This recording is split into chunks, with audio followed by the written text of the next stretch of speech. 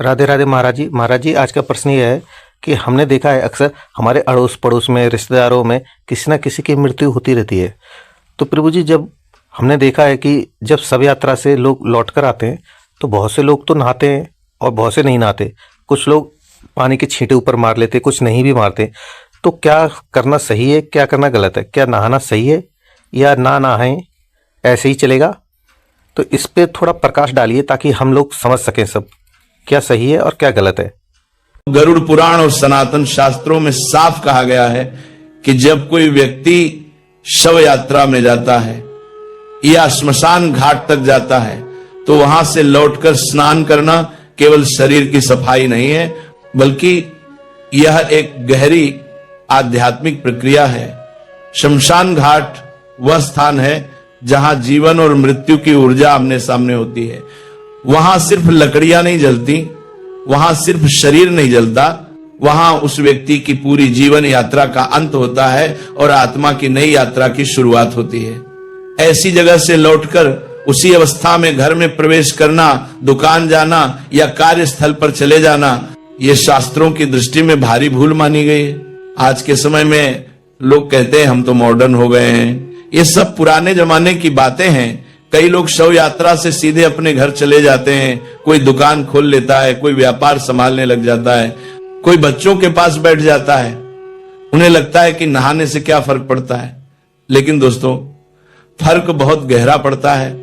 फर्क तुरंत दिखाई नहीं देता, लेकिन धीरे धीरे मन की शांति खत्म होने लगती है। घर में बच्चों के इना कारण कलह बढ़ने लगती है, काम बनते बनते बिगड़ने लगते हैं और व्यक्ति समझ नहीं पाता कि जीवन में अचानक ये उलझन क्यों आ गई। गरुड़ पुराण स्पष्ट कहता है कि मृत्यु केवल शरीर की समाप्ति नहीं है। जब कोई व्यक्ति इस संसार से विदा होता है तो केवल उसका शरीर नहीं जाता, बल्कि एक सूक्ष्म यात्रा शुरू होती है। शव यात्रा में जाने वाला व्यक्ति उस परिवर्तन की प्रक्रिया का साक्षी बनता है। वहां की ऊर्जा, वहां का वातावरण, वहां की कंपनाएं मनुष्य के सूक्ष्म शरीर से जुड़ जाती हैं। राधे राधे महाराज जी। महाराज जी, जैसे अभी आपने बताया कि शमशान से लौटने के बाद कुछ ऊर्जाएं होती हैं जो हमारे साथ लग जाती हैं, तो उसके बाद क्या नहाना जरूरी होता है? अगर नहाने से वो ऊर्जाएं हट जाती हैं, क्या मतलब चली जाती हैं? अगर ऐसा है तो ये नियम किसने बनाए हैं और क्यों बनाए हैं गुरुजी? इसी कारण ऋषि मुनियों ने हजारों वर्ष पहले यह नियम बनाया कि श्मशान से लौटकर तुरंत स्नान किया जाए, ताकि मृत्यु की वह भारी ऊर्जा शरीर और मन से अलग हो जाए और व्यक्ति फिर से जीवन की ऊर्जा में लौट सके। स्नान का अर्थ सिर्फ पानी डाल लेना नहीं है। स्नान का अर्थ है उस अवस्था को वहीं छोड़ देना। शास्त्रों की भाषा में कहें तो यह एक प्रकार की शुद्धि है। जैसे खेत में अगर खरपतवार उग जाए और उसे समय पर न हटाया जाए तो वह फसल को खराब कर देती है, वैसे ही शमशान की ऊर्जा अगर शरीर और मन से अलग न की जाए तो वह धीरे धीरे जीवन की खुशियों को खा जाती है। इसीलिए यह नियम बनाया गया कि शमशान से लौटकर पहले स्नान करो, साफ कपड़े पहनो, तब घर में प्रवेश करो। यह नियम किसी को डराने के लिए नहीं है और न ही यह किसी पर बोझ डालने के लिए है। यह नियम उस अनुभव से निकला है जिसे हमारे ऋषि मुनियों ने हजारों वर्ष पहले जाना और समझा था।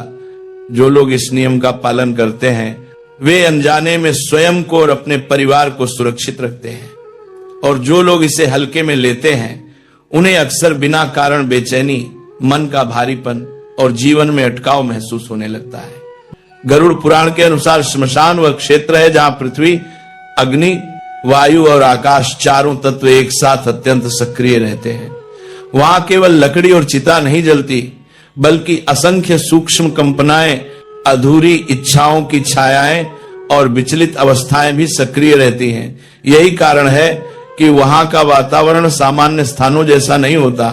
जब कोई व्यक्ति बिना स्नान किए उसी अवस्था में घर के भीतर प्रवेश कर जाता है तो वह शमशान की ऊर्जा को अपने साथ घर में ले आता है। वह ऊर्जा धीरे धीरे घर के वातावरण में घुल जाती है। यह प्रक्रिया तुरंत दिखाई नहीं देती, लेकिन उसका असर धीरे धीरे सामने आता है। ऐसे घरों में बिना कारण झगड़े शुरू हो जाते हैं। छोटी छोटी बातों पर गुस्सा बढ़ने लगता है। बच्चों का रात में डरकर उठ जाना, अजीब अजीब सपने आना, घर में बार बार अशुभ विचारों का आना, पूजा पाठ में मन न लगना, ये सब उसी ऊर्जा के संकेत माने गए। कई बार देखा गया है कि ऐसे घरों में अचानक किसी सदस्य की तबीयत बिगड़ने लगती है और इलाज के बाद भी मन को शांति नहीं मिलती। दोस्तों, ये सब सुनकर डरने की जरूरत नहीं है, लेकिन सावधान होने की बहुत जरूरत है। आज के समय में बहुत से लोग ये गलती रोज कर रहे हैं। शमशान से लौटे, नहाए नहीं, सीधे घर में गए या फिर दुकान, दफ्तर, कार्यस्थल पहुंच गए। शास्त्र कहते हैं कि ऐसा करने से व्यक्ति न केवल अपने लिए बल्कि पूरे परिवार के लिए असंतुलन का द्वार खोल देता है।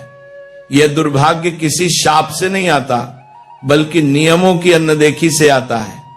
इसी कारण सनातन परंपरा में कहा गया है कि जब घर में कोई शुभ या मंगल कार्य हो तो उसके 15 दिन पहले और 15 दिन बाद तक शमशान घाट के आसपास भी नहीं जाना चाहिए। इसका उद्देश्य डर नहीं बल्कि शुभ ऊर्जा की रक्षा है, ताकि उत्सव और मांगलिक कार्यों की पवित्रता बनी रहे।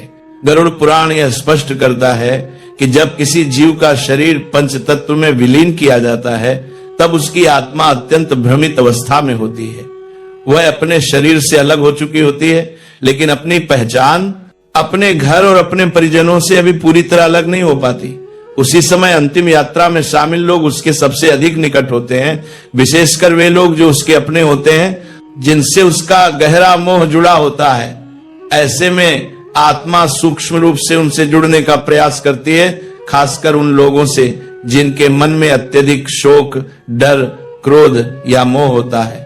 दोस्तों, यही वह बिंदु है जहां सबसे बड़ी भूल होती है। लोग सोचते हैं कि शमशान से लौटकर स्नान करना बस शरीर की गंदगी हटाने के लिए है, लेकिन यह सोच अधूरी है। शास्त्र कहते हैं कि यह स्नान शरीर की नहीं, सूक्ष्म शरीर की शुद्धि है।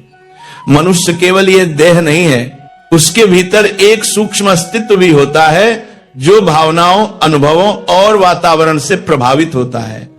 शमशान से लौटते समय यह सूक्ष्म शरीर भारी हो जाता है और अगर उसे शुद्ध न किया जाए तो वह भारीपन धीरे धीरे जीवन में उतर आता है। सनातन धर्म में जल को जीवन, शांति और शुद्धि का माध्यम माना गया है। गरुड़ पुराण के अनुसार जैसे ही व्यक्ति जल में प्रवेश करता है, उसके चारों ओर बनी नकारात्मक ऊर्जा की परत टूटने लगती है। जल केवल शरीर को नहीं भिगोता, वह सूक्ष्म स्तर पर व्यक्ति को हल्का करता है। शमशान से साथ आई हुई कंपनाएं जल में प्रवाहित हो जाती हैं और व्यक्ति फिर से जीवन की सामान्य धारा में लौट आता है। इसी कारण शास्त्रों में कहा गया है कि शमशान घाट से लौटकर या अंतिम यात्रा से लौटकर घर में प्रवेश करने से पहले या घर पहुंचते ही तुरंत स्नान करना चाहिए। बहुत से लोग अंतिम यात्रा या शमशान घाट से लौटकर सीधे घर के अंदर चले जाते हैं और फिर घर के भीतर ही स्नान कर लेते हैं। उन्हें लगता है कि नहा तो लिया, अब क्या फर्क पड़ता है कि कहां नहाया। लेकिन सनातन शास्त्रों के अनुसार यह सोच अधूरी है। शमशान से लौटकर स्नान केवल नहाना नहीं है, बल्कि यह घर और शमशान की ऊर्जा के बीच एक स्पष्ट सीमा खींचना है। इसी कारण शास्त्र कहते हैं कि अंतिम यात्रा से लौटकर सबसे पहले घर के बाहर स्नान किया जाए, उसके बाद ही घर के भीतर प्रवेश किया जाए। अब यहां एक और बहुत गहरी बात गरुड़ पुराण में कही गई है, जिसे बहुत कम लोग जानते हैं। गरुड़ पुराण के अनुसार जो लोग अंतिम यात्रा से लौटकर स्नान नहीं करते, वे अनजाने में मृत आत्मा की आगे की यात्रा में भी बाधा बनते हैं। अब आपके मन में यह प्रश्न जरूर उठ रहा होगा कि मरने आला तो मर गया, उसकी यात्रा शुरू हो गई, फिर हमारा नहाना या नहाना उसकी यात्रा को कैसे प्रभावित कर सकता है। इसका उत्तर बहुत सूक्ष्म है। जब आत्मा शरीर छोड़ती है तब वह अभी भी मोह की अवस्था में होती है। वह अपने घर, अपने लोगों और अपने संबंधों से पूरी तरह अलग नहीं हो पाती। ऐसे में जो लोग अंतिम यात्रा में शामिल होते हैं, उनसे उसका सूक्ष्म संबंध बना रहता है। आज के समय में लोग अंतिम यात्रा में तो सम्मिलित हो जाते हैं, लेकिन वहां की मर्यादा को भूल जाते हैं। शमशान घाट में कुछ लोग बैठकर हंसने लगते हैं, आपस में दुनियादारी की बातें करने लगते हैं, परिवार और समाज की चर्चा करते हैं, यहां तक कि ठहाके लगाकर हंसते भी हैं। लेकिन गरुड़ पुराण में यह स्पष्ट बताया गया है कि शमशान घाट कोई साधारण स्थान नहीं है। वह स्थान जीवन और मृत्यु के बीच की सीमा है। वहां हंसी मजाक, ऊंची आवाज में बोलना, फोन पर बात करना, इधर उधर घूमते रहना, ये सब पूरी तरह वर्जित माना गया है। शास्त्र कहते हैं कि वहां मन जितना चंचल होगा उतनी ही जल्दी सूक्ष्म नकारात्मक ऊर्जा व्यक्ति की ओर आकर्षित होती है। इसीलिए दोस्तों, जब भी आप श्मशान घाट जाएं तो सिर झुका कर रहें, कम बोलें और गंभीर बने रहें। वहां की शांति और वहां के ऊर्जात्मक वातावरण का सम्मान करना ही सबसे बड़ा धर्म है। ये कोई डर की बात नहीं है, बल्कि समझ की बात है। श्मशान घाट में अनावश्यक चीजों को छूना भी मना किया गया है। वहां पड़ी लकड़ी, राख, चिता की मिट्टी, हड्डियां या कोई भी वस्तु बिना कारण नहीं छूनी चाहिए।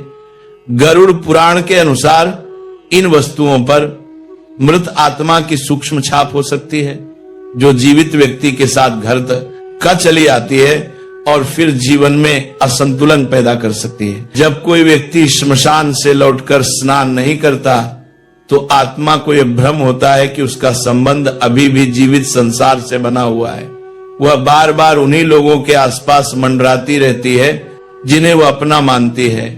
इससे उस आत्मा की यमलोक की यात्रा में कष्ट बढ़ता है और दूसरी ओर जीवित व्यक्ति के जीवन में अस्थिरता आने लगती है।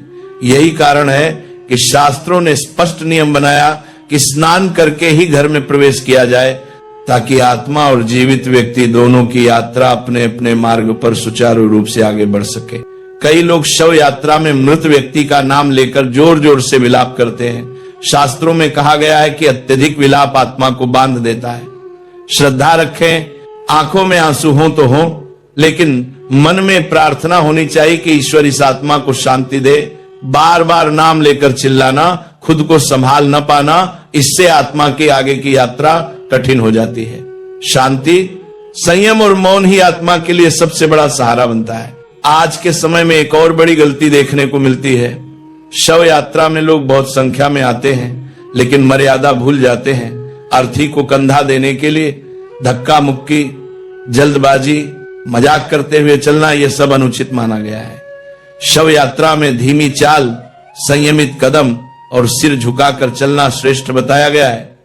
केवल वही लोग शव को छुएं जिन्हें परिवार की ओर से अनुमति हो।